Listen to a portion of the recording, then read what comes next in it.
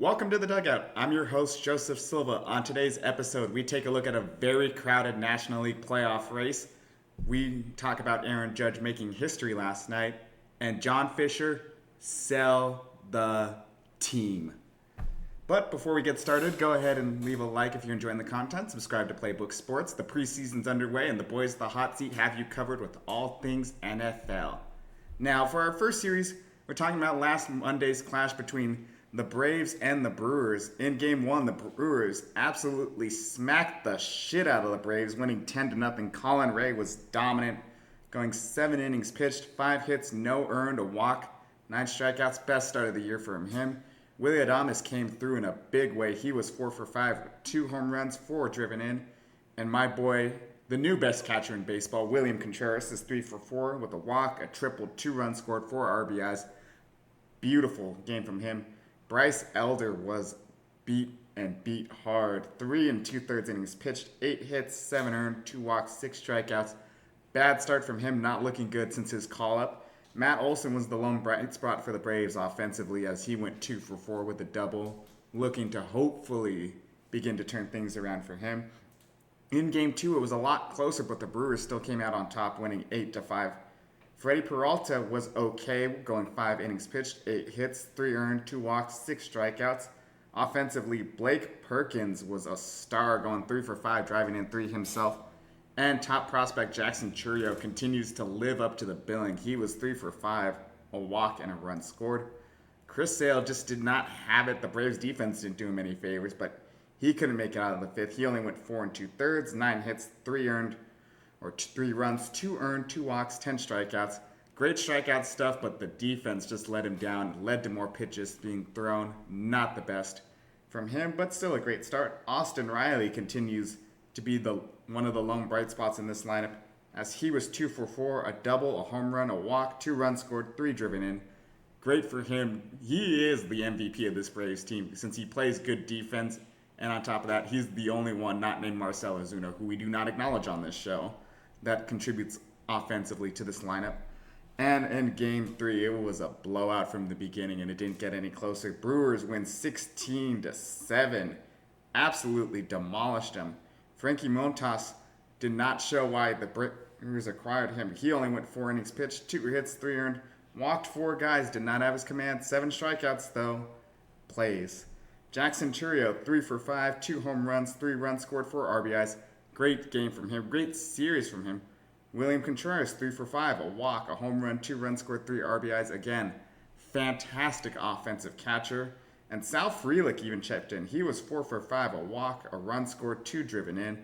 Just overall, the Brewers demolished Braves pitching. And you could see in Charlie Morton's line as he couldn't even make it out of the 3rd. 2 2/3, 9 hits, 8 earned, 1 walk, 3 strikeouts, 4 home runs. He was beaten like the piñata at the party, man. It was not fun to watch if you're a Braves fan. Offensively, though, Austin Riley again homered. He was 2 for 5, drove in 3. Marcell Ozuna had a great game, 2 for 4, a walk, homer, 2 RBIs. But ultimately, this was a statement series for the Brewers. They were the first team since 2016 to have 16 hits in each game of a 3-game series. The bullpen did struggle when they were asked to carry bulk innings, but the rotation was fine for the most part. And Jackson Chourio, fantastic. He's filling in that Christian Yelich void very, very nicely and showing why the Brewers gave him the deal they did before the season. But for the Braves, oh man, it has been rough for them since the All-Star break. Offensively, they are 20th in team WRC plus with a 96, meaning they are 4 points below league average. And this is apparent as their 65 runs scored are the 3rd fewest in the NL since the All-Star break as well. But on the pitching side, things look a lot worse because they are 20th in team ERA with a 4.45, 20th in team ERA minus. It is just bad for them. But you can attribute the pitching woes at least to bad luck as they rank top of the league in BABIP, batting average and balls in play, 365. Like, if it's a 365, you're just getting unlucky, and it can correct himself, but you are not relying on luck to correct yourself, especially as you were only 2 games up in that final wildcard spot. you got to change something here quickly because you cannot miss the playoffs with as much talent as you have on this roster. Now, two teams fighting for a wild card spot are the Pirates and Padres, and we are specifically talking about last week's series, not this week's series. Padres swept the Pirates, and in Game 1, they won 6-0. There was a rain delay, so Dylan Cease only went the one inning and had to be pulled after that, after a 2.5-hour delay. So the bullpen eight innings. They gave up 4 hits, no earned, 2 walks, 11 strikeouts. Dominant outing. That's what Preller built, and they showed out. Jurickson Profar, 2 for 4, a double, 2 runs scored. Great game from him. And Donovan Solano was just hitting everything and driving everything in. He was 4 for 5 and drove in 4 in the victory. The Pirates, same thing. Martin Perez came out for an inning, didn't really have it, so they went back to the bullpen. They went 7 innings pitched, 12 hits, 6 earned, no walk, 2 strikeouts. Brutal stuff from them, and offensively, the only guy I could really find a highlight was Rowdy Tellez. He was 1 for 2 with a double. That says a lot about how this Pirates offense has been right now. And in Game 2, the Pirates lose in extras as the Padres win 9-8 in the 10th. Michael King had a decent start, was not great though. He went 5 innings pitched, 6 hits, 4 runs, 3 of them earned, 2 walks, 7 strikeouts. Tanner Scott, the big man, they gave up everything for, blew it. As he got 1 out, gave up 2 runs, 1 of them earned, walked 3. It's one inning. You shouldn't really overreact. However, I'm gonna overreact because again, if you paid as much as the Padres paid to get this man, he needs to be shut down, lights out, and he cannot have outings like he did here. Offensively, Xander Bogaerts actually showed out for once. He was 2 for 5 with a walk, scored a run, drove in another. And Jackson Merrill, he's pushing Paul Skeens for that Rookie of the Year in the NL, especially with performances like this one. He was 4 for 6, 2 home runs, 3 RBIs. Great start from him. For the Pirates, Marco Gonzalez just didn't have it. 4 2/3, 8 hits, 5 earned, 2 walks, 3 strikeouts. Brutal for him. Andrew McCutchen from the leadoff spot, 2 for 5 with a home run, a walk, 3 RBIs. That's what you're expecting from late career Kutch. Get on base, little bit of pop. Perfect game from him. Brian Reynolds, same thing. He was 2 for 5, a walk, drove in 2. Great game from him. You really are looking for these two to really carry the offense because everyone else, aside from Oneil Cruz, has been bad. And in the finale, the Padres, again, eke out a close one. Randy Vasquez was okay. 5 2/3 innings pitched, 6 hits, 3 earned, a walk, 3 strikeouts. Not the sharpest stuff, but 8 innings and got it to that bullpen. And speaking of that bullpen, they were not great again. 3 1/3 innings pitched, 6 hits, 3 earned, 2 walks, 4 strikeouts. However, the 2 of the big 3 in that bullpen, more specifically Jason Adam and Robert Suarez, they combined to go 2 innings pitched, 3 hits, and earned 2 strikeouts. Not the best stuff from them overall, but again, not as bad as that bullpen stat from earlier made it seem. Manny Machado had a 2-run home run. He was 1 for 4 in the game.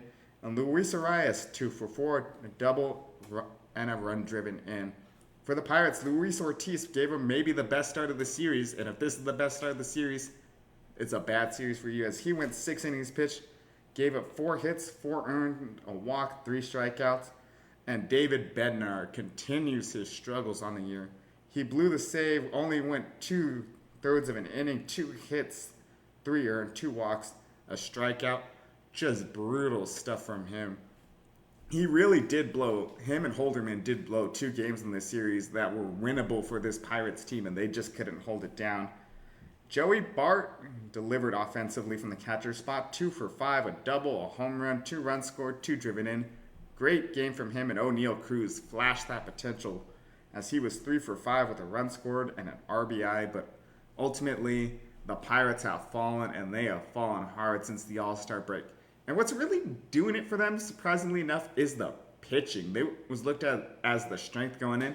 And Skeens, he's been great. He continues to be great, but it's a little worrying as I saw he threw 50 pitches over 100 miles an hour in his first 3 starts.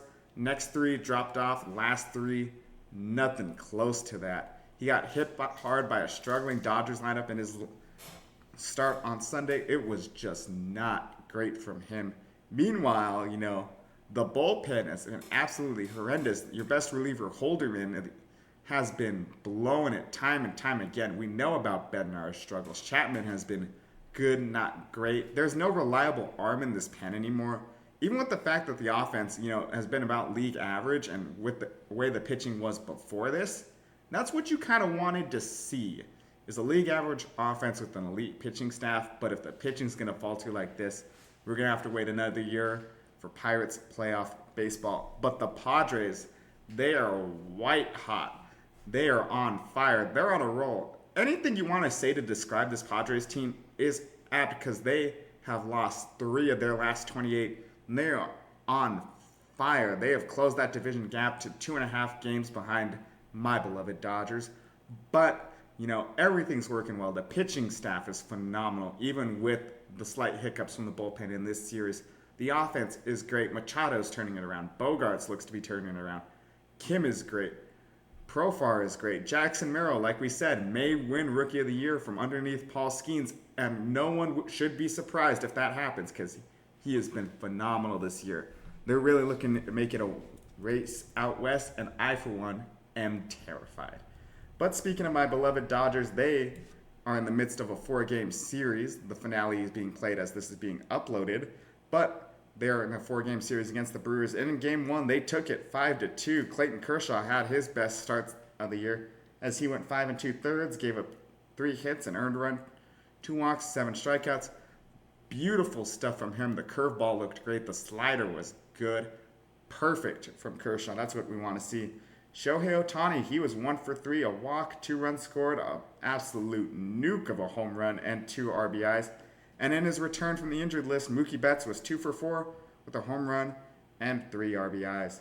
For the Brewers, Freddie Peralta did not improve on his last outing, as he went 6 innings pitched, 5 hits, 4 earned, 2 walks, 4 strikeouts. And again, William Contreras just continues to prove why I was really high on him going into the year and early in the season, as he was 2 for 3, a walk, a double, home run, 2 RBIs. He has been my nightmare this series. I hate him so much right now.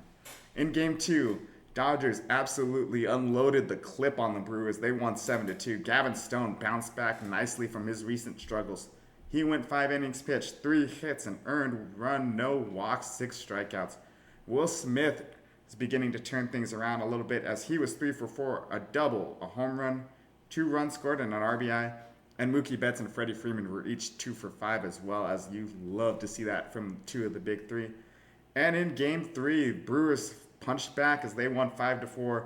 Walker Buehler in his return from the IL, it was rough to see. 3 1/3 innings pitched, 3 hits, 4 runs, 1 earned, 4 walks, 3 strikeouts, and that doesn't tell the whole story. I was watching Buehler closely. I love Buehler from 2018 to 2021. He was a dog, a warrior, one of the best playoff pitchers ever. And now he's just struggling to find the zone and command. He went to Florida to go revamp his entire windup, and it didn't work. Because just watching the start, immediately after the second pitch, I knew something was going on. His leg kick was way, way too far out. So he was landing all over the place. And conversely, when you land poorly, your arm slot is all over the place trying to compensate for that bad landing. So if you look at a lot of his misses, he was missing arm side, meaning he was missing in to righties away from lefties. And it was just brutal, because he would have a nice, solid, clean windup, and that's when he was making his pitches. But a lot of the times, that hip was flying open, the leg kick was long, and he missed his spots. We do not have time for Buehler, but it looks like you at least know what the problem is. Offensively, for the Dodgers, Betts again continues to be hot coming off the IL. He was 2 for 5 with 2 runs scored, and Freddie Freeman was 3 for 5 with a run scored. Beautiful series from those two. And for the Brewers, Frankie Montas, he struggled early on but got it together, as he threw 5 solid innings, 5 hits, 3 runs, none of them earned, 3 walks, 6 strikeouts. Jackson Chourio, fantastic game from him, 2 for 3, a walk and a run scored. And Bryce Turang was absolutely a demon, 1 for 2, a triple, a walk, a run scored, and an RBI. Overall, the Brewers, they have not been great in this series, but they are still a very good team. We'll see what happens in Game 4. But, they played the Dodgers close in game one, got blown out in game two, and game three, they just eked out the win. Dodgers, this is what you love to see with Betts coming back, providing a lot of actual production in this lineup, which is hard to say, especially from your right fielders. They're starting to figure out their team identity. They're not 100% there yet. No pitcher for this Dodgers team has touched the sixth inning in a long, long time. Not named Tyler Glasnow. So let's see how they can do. But overall, great series for the Dodgers. Now, the A's have announced that they have sold out their final game in Oakland. They will not be opening up Mount Davis to get as many fans to enjoy the last game in Oakland as possible.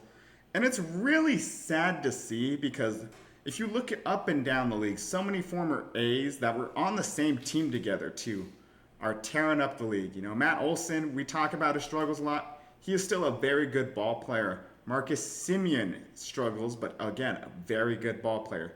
Chapman's having a great year. You look at players like Chris Bassett. So many former A's are just dominating this league, and it'd be so much fun just to watch them play together. You know? And there's an account, you know, Oakland, Save Oakland Sports on Twitter, I believe it's called, and they just show how raucous and alive the Coliseum was. This is a city that cares about their A's. It's a part of their identity. You know, as much as the Lakers mean to LA, the Dodgers mean to LA, the Yankees mean to New York, that's what the A's mean to Oakland.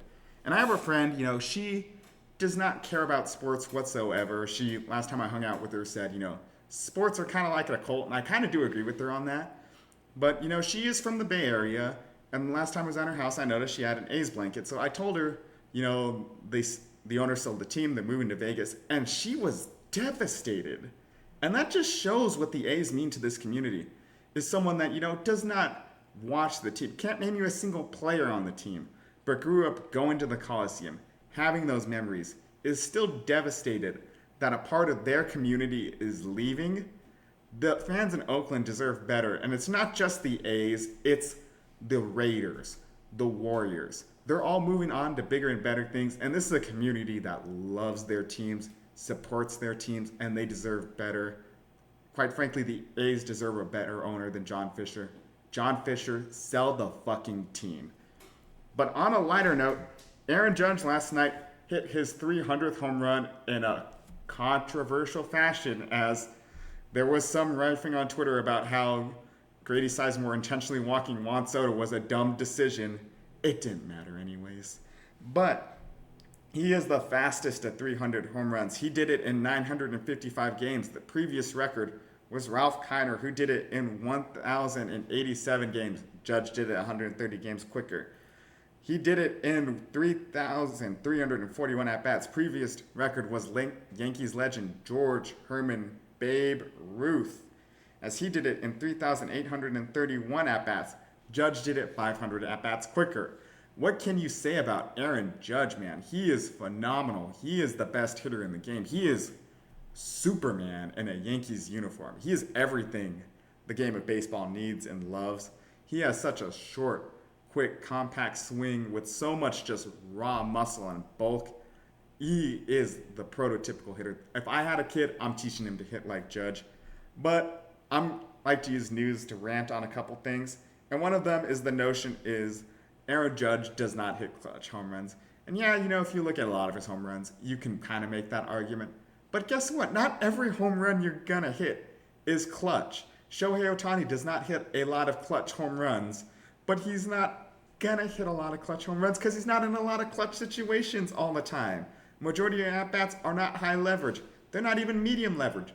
They're low leverage. You know, Bryce Harper, he famously was a playoff choker before going to Philadelphia. Are you going to say he doesn't hit clutch home runs? And another thing too, like, oh, Aaron Judge only hits fastballs down the middle. If it was so easy, then fucking everyone would be doing it, but they're not. And that's what makes Aaron Judge different. Again, not to go back to Ohtani, but that pitch he hit, that was like a good 6 inches off the plate on a 3-0 count. That was a home run. Not every hitter is gonna hit one out like that. The great ones punish your mistakes, and Judge punishes mistakes better than everyone. And by the way, his meatball rate, which is pitches right over the middle of the plate, is lower than the MLB average. So yeah, when he gets one, he's gonna hit the shit out of it. That's what he's gonna do. So, no, let's not tear Aaron Judge down. Let's appreciate him while we still have him because we know how very injury prone he is. So appreciate him while he's playing healthy baseball. I, for one, am going to go out to a Yankees game next year because Aaron Judge is one of those players I unfortunately have not seen live, and I have to take my opportunity to while I still can. Now, looking ahead for a series to watch in the next week and a half, I'm going with Padres Twins going from next Monday through Wednesday. Padres are on a heater, and the Twins are very much in the thick of it in that American League wildcard race. For the Padres, your player to watch is the aforementioned Jackson Merrill. I've talked him up a lot on this show. Let's see why. He's hitting 285 in his last 7 games with a 357 on base percentage, 680 slugging, good for a 1037 OPS. He's hit 2 home runs, driven in 6, stole 2 bases over this time. And on top of that, too, he's playing great defense in center field. We all saw that game-winning catch he had last week. Beautiful. Beautiful. I hate it, but it's beautiful. For the Twins, you're looking at Royce Lewis. He's slowed down a little bit, but his, again, 162 averages are off the charts. 61 home runs if he played a full 162. Phenomenal. But, looking at his last 7 games, not necessarily the best. Only a 250 average, 308 on base, 417 slug. Good for a 752 OPS. He's walked 2 times, not necessarily his best stretch. But there's so much potential there. He just needs to stay healthy, and he's going to get hot in an instant. In game 1 for the Twins, you have Zebby Matthews going. He's 1-0 with a 3.60 ERA, a whip of 1, and 5 strikeouts. He's making his second ever start. Let's see how he improves and builds off that first one. He's going to face Michael Keenan, who is 10-6 with a 3.19 ERA, 1.17 whip, and 161 strikeouts. Game 2 is probably the pitching matchup of the series as Bailey Ober, the eternally underrated Bailey Ober, I must add, is 12-5 with a 3.52 ERA, a whip under 137 strikeouts. One of those under-the-radar names that unfortunately just gets lost because he's in Minnesota. He faces Martin Perez, who's 3-5 with a 4.62 ERA, 1.49 whip, 84 strikeouts, but has looked a little bit better, a little bit sharper since coming to San Diego. And in the finale, it's Simeon Woods Richardson. He's 3-3 with a 3.78 ERA, 1.18 whip, 91 strikeouts. He goes up against Matt Waldron, who's 7-9 with an ERA of 4, 1.16 whip, 121 strikeouts. Ultimately, someone's got to stop this Padres team, and the Twins look most poised to do it. They're not throwing Lopez or Joe Ryan at him. But, Woods Richardson and Ober should be enough to hopefully cool a very red-hot Padres lineup. Please? I would like to win the division, but let me know what series you're looking forward to in the next week and a half. Is Aaron Judge a middle merchant? And who should John Fisher sell the team to? Let me know in the comments down below. And as always, if you enjoy the content, go ahead and leave a like. And don't forget on the way out, play ball.